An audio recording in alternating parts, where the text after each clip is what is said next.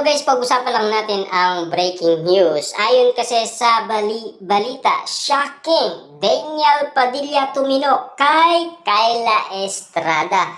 Na alam nyo naman siguro, kung hindi pa titino itong si Daniel Padilla, baka masira na naman ang image niya sa mga tao. At least, napatino ni Kyla Estrada. Na alam nyo naman siguro, mahal na mahal ni Daniel Padilla si Kyla Estrada. Kaya nga naman ginagawa niya lahat para lamang kay Kyla Estrada nang dahil sa pagmamahal nito. Kitang-kita niyo naman siguro, maraming mga netizens ang nagsasabing tumino si Daniel Padilla dahil sa pagmamahal umano ni Kyla Estrada. Kapansin-pansin daw yan at spotted na spotted umano sa mga matang lawin. Kaya hindi matatakasan umano ni Kyla Estrada at Daniel Padilla ang mga napapansin at nakikita kung bakit nga naman kasi pinagkakaguluhan,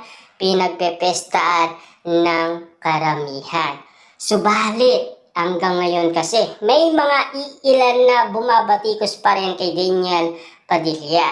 Tulad na lamang na hindi pa raw ito nakaka-move on dahil sa pag-iiwalay nilang dalawa ni Catherine Bernardo. Hanggang ngayon kasi bit-bit pa rin ni Daniel Padilla ang mga alaala ng Katniel na hindi malilimutan ni Daniel Padilla. Kaya marami pa rin ang nangangarap or nagkakaroon ng pag-asa na magkakaroon ng reunion project ang Katniel. Na alam niyo naman siguro 2025 na pag-usapan ang Katniel. Hanggang ngayon kasi paulit-ulit pa rin pinag-uusapan ang Katniel. Laging nadadawit umano ang pangalan ni Catherine Bernardo dahil lamang kay Daniel Padilla. Hanggang ngayon kasi, pwede pa rin ipag-partner sina Catherine Bernardo at Daniel Padilla. Naghihintay lamang siguro ng tiyempo or pagkakataon ang nasabing ABS-CBN para lamang kasi maging masaya ang mga netizens, lalong-lalo na ang mga Katniel fans. Diba? Kitang-kita nyo naman siguro, hindi binahagi sa iba ang project ng Katniel, ang After Forever, na matagal-tagal na rin nating inihintay.